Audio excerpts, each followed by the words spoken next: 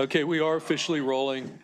And we are on House Bill 1574. We've got Delegate Solomon here to present the bill, and do your thing. Thank you, Mr. Chair. To quote the famous Sally Field, "You like me, you must really like me." Thank you. Thank you for actually, I know it's because you really like childcare and you know how important it is. So just really appreciate you all. I've never had a bill hearing on Sine Die before. And I want to start off by saying thank you to many members of your committee and particularly your council, Ms. Schisler, who helped us work on a number of the amendments that allowed us to get to where we are today. So really appreciate that. And I'll start off by saying this bill was a product of a lot of conversations between the child care community, the Maryland State Department of Education, and this all came out of an Office of Program Evaluation report. OPEGA, our favorite internal consultants. The one cool part about being joint audits co-chair is you get to work with OPEGA on looking at interesting things, and they did a report last year on the licensure process that MSDE has for our child care industry, looking specifically at some of the regulations and things that might make it harder to open childcare, might make it harder for childcare to be successful. And so this bill came out of that report, which had a lot of really good, impactful analysis on some of the regulations that may never really have intended to be doing what they're supposed to be doing. So we worked throughout the session with MSDE. The only reason this bill wasn't cross-filed was because by the time we got the actual language back, unfortunately, a number of our really amazing champions had reached their bill limit, but we've been working collectively. So the bill looks really long. It actually is not intended to be that long. A lot of this is existing code, but essentially what this bill does is a couple of things. It takes some pretty reasonable pieces of current existing regulation and modifies them just a little bit to make life a little bit easier for our child care providers, makes it easier for them to do their jobs. Again, MSDE is fully in support of it. I'm happy to go through what those are. It creates a new complaint process that actually differentiates complaints from severity levels. It's something that MSDE is actually really excited to be able to implement. It requires a new active supervision training for new child care personnel, which is something that the child care community has been really interested in pursuing, and MSDE has also been interested in pursuing, but actually put some guardrails and some requirements in there for it to make sure that oftentimes one of the biggest issues that child care providers have when they get dinged on mistakes or things that affect their rating system is because of supervision issues. And so this creates a system of supervision training. This bill did have a background check component to it. That's been taken out because that was taken care of in another bill. It's around sort of creating a centralized background check system. We also made a little tweak to the way in which emergency cards had to be updated because that was literally, according to the OPEGA report, the #1 reason why child care providers got dinged on their Excel ratings was because an emergency card was not updated the way it was spelled out in regs. And the other piece in here that's really important is when MSD rolls out new regs, obviously that creates a whole new system for providers. And so this allows MSDE to create sort of a grace period, obviously for things that are about health and safety and the life or well-being of a child. There are clauses in here that allows MSDE to take care of that. But this creates a much friendlier system, or gives MSDE the requirement to create a much friendlier system. That means that child care providers don't get frankly beaten over the head when there's an honest mistake for a new regulation that's implemented that may just not have known. This bill really has no fiscal note. There are some other provisions in here, and what we did was we just moved them, again, in partnership with MSDE. They have a child care advisory committee that has been longstanding.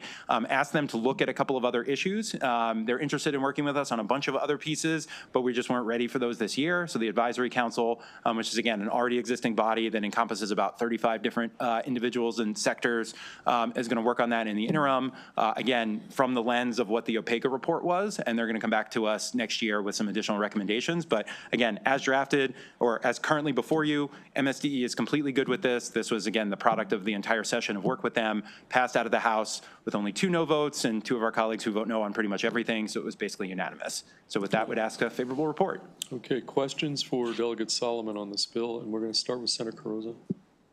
Thank you, Mr. Chair, and thank you. I know of your hard work and experience in this area, so I know that you spent a lot of time on this. I just wanted a little bit better understanding of the interaction with the child care providers. You know, what I guess if you were going to bottom line it, what do you think we're trying to solve with this bill? And, did we have that interaction? And not just the interaction, but as you know, there's quite a diversity with our providers, so from the small ones to the larger ones, just a sense of their involvement. Yeah. No, Senator, well, thank you for the question, and thank you for your work. I know we partnered on this stuff for a long time. So this actually, the bill started out almost as the full wish list of the provider community. So we worked with the Maryland State Child Care Association, with SEIU 500, who represents most of the child care community. We worked with the family child care providers, the Latino child care providers. I know there's other associations. I shouldn't be naming them because I'll forget somebody, but big and small from all corners of the state. And the bill originally as drafted started as from the OPEGA report and then some other items that were sort of the wish list of the community. And then in conversations with MSDE, we pared it back a little. There were things that they just couldn't do right now. They didn't have the capacity to. So this product before you represents the work of collaboration between the State Department of Education and the child care community over the course of the entire session. So the child care community is really excited about this. They think this is a really good start on some of the longstanding issues that they've had with MSDE that make it harder for them to efficiently and effectively do business. And I think MSDE said, regs sort of get accumulated over years. So it's not that anybody has, it wasn't like anybody was wedded to sort of one thing or another. They just wanted collaboration to be able to get this to a good place, and that's where this bill is now. So would you say the bottom line is that this legislation should help our child care providers, with a more efficient process so they can focus more on serving Correct. children and I guess remove some of the bureaucratic hurdles? Exactly. Yep.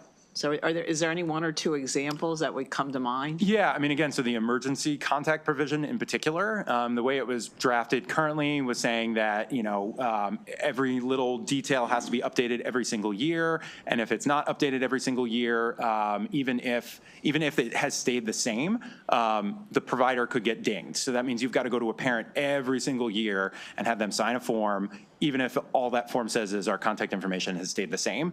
And if, God forbid, you didn't get that form back, and anybody who's a former teacher knows how hard it is sometimes to get forms back from parents, you could literally lose part of your Excel's rating for that. And again, the complaint process made no differentiation between a complaint that was like the life and limb of a child versus you got your paperwork wrong, or maybe you didn't have an outlet covered properly and then you fixed it. And that also meant that MSDE had to treat every complaint the same. So if everything is a fire, nothing is a fire. So, thank you. Those are good examples. Yeah. Thank you. Senator Brooks?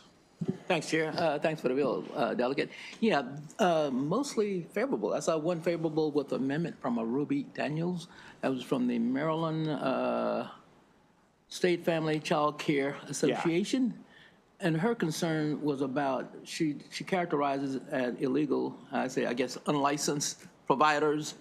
And that she thought the state should be a little bit more aggressive in identifying them and taking more punitive actions? So I really appreciate the question. Yeah, so that was unfortunately one of the recommendations of the OPEGA report was to create a task force to look at unlicensed care.